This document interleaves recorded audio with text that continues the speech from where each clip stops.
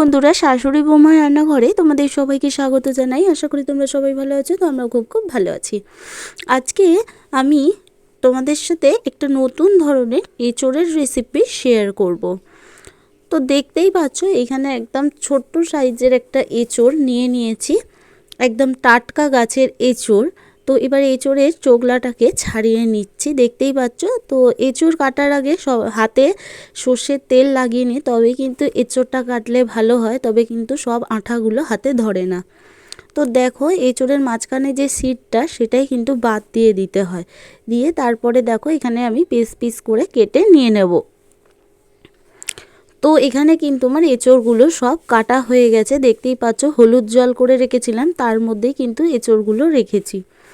তারপরে জল ছেঁকে দেখো পরিষ্কার করে ধুয়ে এঁচোড়গুলো একটা পাত্রে নিয়ে নিলাম। আদা রসুন আর লঙ্কা বাটা দিয়ে দিচ্ছি, ধনে গুঁড়ো, জিরে গুঁড়ো, স্বাদ মতো হলুদ, স্বাদ মতো ঝাল লঙ্কার গুঁড়ো, লবণ, আর দিয়ে দিচ্ছি কয়েকটা চিনির দানা।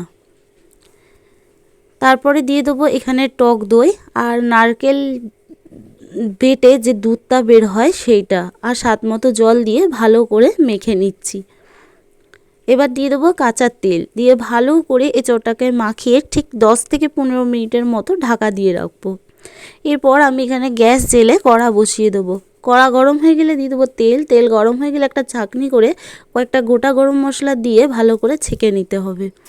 এরপর ওই তেলে কিন্তু গোটা গরম মশলার ফ্লেভারটা বেরিয়ে গেল। তারপরে তেজপাতা, পেঁয়াজ আর এখানে টমেটো কুচি দিয়ে ভালো করে নাড়াচাড়া দিয়ে স্বাদ মতো লবণ দিয়ে নেড়েচেড়ে নিয়ে এবার মাখিয়ে রাখা এঁচোড়টা দিয়ে দিলাম, আর স্বাদ মতো জল দিয়ে ঢাকা দিয়ে দিলাম।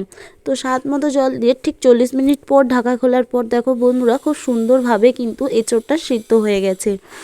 তো আমরা তো এঁচোড় বাড়িতে বন্ধুরা খাসির চর্বি দিয়ে বা চিংড়ি দিয়ে করে খেয়েছি। এরকম নতুন ধরনের স্টাইলের এঁচোড়ের রেসিপিটা একবার তোমরা বাড়িতে ট্রাই করো।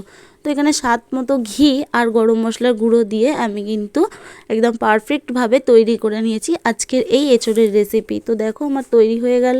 এবার আমি নামিয়ে কিন্তু সুন্দর করে ডেকোরেশন করে নিয়েছি।